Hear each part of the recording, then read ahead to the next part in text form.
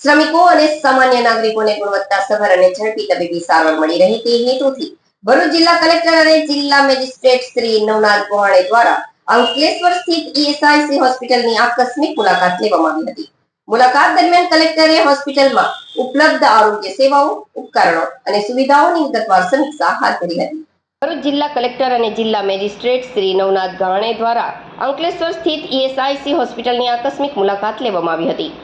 ભરૂચ કલેક્ટરે OPD, emergency ward, general ward અને દવાની વિતરણ બારીઓ સહિતના વિવિધ વિભાગોની રૂબરૂ મુલાકાત લઈ ઉપલબ્ધ વ્યવસ્થા ચકાસી હતી.